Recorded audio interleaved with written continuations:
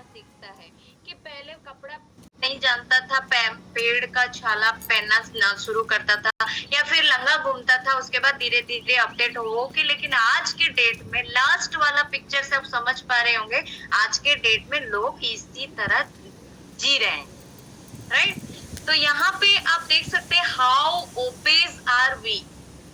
ये तो खाली उड़ीसा में नहीं, ये पूरे ऑल ओवर इंडिया में है। सारे जेंट्स, सारे लेडीज, सबको है, राइट। तो जैसे कि हम लोग बोलते हैं उड़ीसा में ही खाली मोटापा है, सबको पखाड़ा भात खाए कि मोटा ही जाऊंगी, नहीं। तो ये सब बातें नहीं होता है। हर एक स्टेट, हर एक इंडिया का हर एक जगह में बहुत सारे मोटापा बढ़ गया है।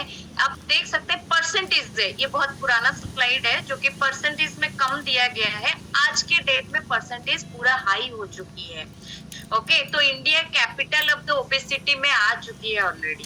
तो यहाँ पे हेल्थ स्ट्रेटेजी क्या होता है, जैसे कि ओवरवेट इंक्रीज होता है तो वर्ल्ड का एवरेज जो होता है, जैसे कि 140 प्लस आबादी है, 140 प्लस करोड़ का आबादी है पूरे इंडिया में। तो वहां पे हम लोग देखेंगे जैसे कि अर्बन हो गया या फिर रूरल हो गया, तो ओवरवेट ज्यादा अर्बन में ही मिलते हैं। अर्बन मतलब जहाँ पे सब कुछ अवेलेबल है, सब चीज अवेलेबल है। रूरल होता है गांव। ओके, तो यहाँ पे 33% ज्यादा हो चुका है। ये ऑलरेडी पुराना स्लाइड है जो कि 33% अपडेट हुआ था। Urban Indians are high blood pressure. घर घर में हर एक 10 आदमी से 7 या 8 आदमी को ब्लड प्रेशर, डायबिटीज, ओवरवेट कम से कम रहेगा ही रहेगा। कंपल्सरी हो गया है, हर घर में मिलता है, राइट। तो यहाँ पे आप देख सकते हैं 40 मिलियन इंडियंस टाइप 2 डायबिटीज में जूझ रहे हैं। ग्लूकोज लेवल उनका डिस्ट्रॉय है, ग्लूकोज लेवल उनका खराब है। तो 40 million, 1 million 10 lakh, 1 million is equal to 10 lakh. तो 40 मिलियन आप सोच रहे हैं कितने आदमी टाइप 2 डायबिटीज में जूझ रहे हैं आज के डेट। तो ये उसका पिक्चराइज है जो कि पूरा कैलकुलेट करके दिया गया है। जो डाइटरी रिस्क होता है ना, टबाको में लोग हैं, टबाको, तम्बाकू, स्मोकिंग, ये सारे चीजें लेते हैं। कार्डियोवैस्कुलर डिजीज अभी एट्रीब्यूट हो गया है बिहेवियरल रिस्क फैक्टर। जैसे कि कोई भी, मतलब जेंट्स हो लेडीज हो, सब किसी को होता है रिस्क फैक्टर। डाइटरी रिस्क यहाँ पे आप देख सकते हैं कैसे दिखाया गया है, जो डाइटरी रिस्क कितना बढ़ रहा है। जो थर्ड लेवल में देखिए, कम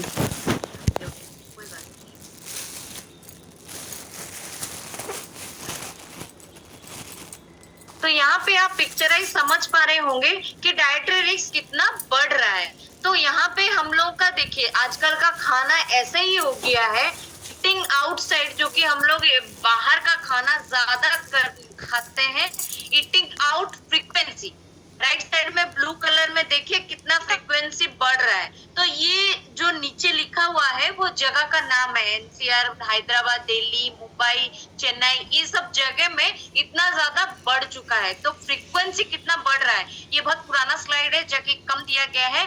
नहीं तो आज के डेट में अगर हम लोग देखेंगे तो फ्रीक्वेंसी और भी ज्यादा बढ़ चुका है। तो फूड का जो परचेज करने का कैटेगरी होता है या फिर खाने का कैटेगरी होता है वो कम्प्लीटली डिस्ट्रॉय हो चुका है। तो यहाँ पे आपको बताया गया है चाइना, इंडिया, ये सारे चीज में बताया गया है। तो यहाँ पे जो ब्लू मार्किंग है, सिल डाउन, सिल डाउन मतलब ये सारे चीजें लोगों को बीमारी आता है। तो चाइना में बहुत ज्यादा है, इवन इंडिया में भी बढ़ रहा है। ओके, तो सिल डाउन और फर्स्ट फूड है ना, रेड कलर मार्क पे फर्स्ट, तो ये सारे चीजें अभी इंडिया में कम्प्लीटली बढ़ रहा है। यूएस में तो है, चाइना में भी बढ़ रहा है। तो यहाँ पे ओवरफीड एंड अंडर नरिश्ड क्या किस लिए होता है? पहला चीज हम लोग टू मच मतलब हम लोग sugar, salt, alcohol, fats, refined carbohydrate ये ज्यादा से ज्यादा लेते हैं। ये सारे चीजें हम लोग को कंप्लीट आकार में नहीं मिलता है। तो हम लोग को क्या चाहिए, जैसे कि न्यूट्रिशन एंड इम्यूनिटी। न्यूट्रिशन की वजह से हम लोग को इम्यूनिटी भी स्ट्रॉन्ग होता है। पूरी वेलबींग आपको मैं 1000 बातें बोली हूँ। वेलबींग होता है फिजिकली, मेंटली, सोशियली। ओके, तो सारे चीजों से हम लोग पूरा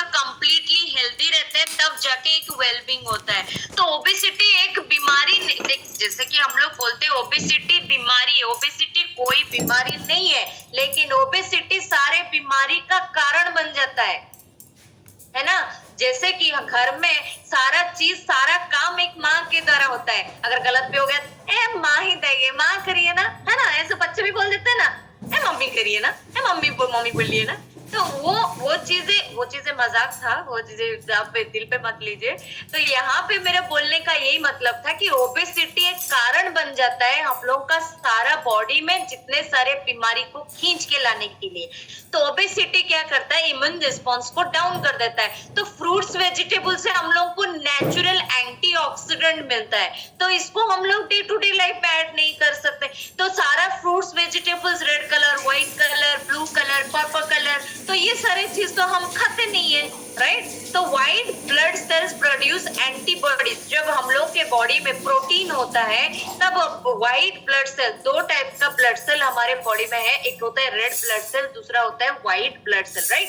तो रेड ब्लड सेल हम लोग के बॉडी में ऑक्सीजनेटेड ब्लड फ्लो करता है, क्योंकि उसमें ऑक्सीजन थ्रू होके जाता है, राइट। तो वहां पे हम लोगों को क्या होता है, प्रोटीन जो हमारे बॉडी में रहता है उसको एंटीबॉडीज की तरह काम करता है व्हाइट ब्लड सेल्स बॉडी में नहीं रहेगा तो आपको कोई भी बीमारी से मतलब उसके साथ लड़ने के लिए आपको ताकत नहीं मिलेगा, कि आपको कोई भी मतलब कोई भी प्रकार की, जैसे कि डिजीज बढ़ता जाएगा जब व्हाइट ब्लड सेल्स कम है।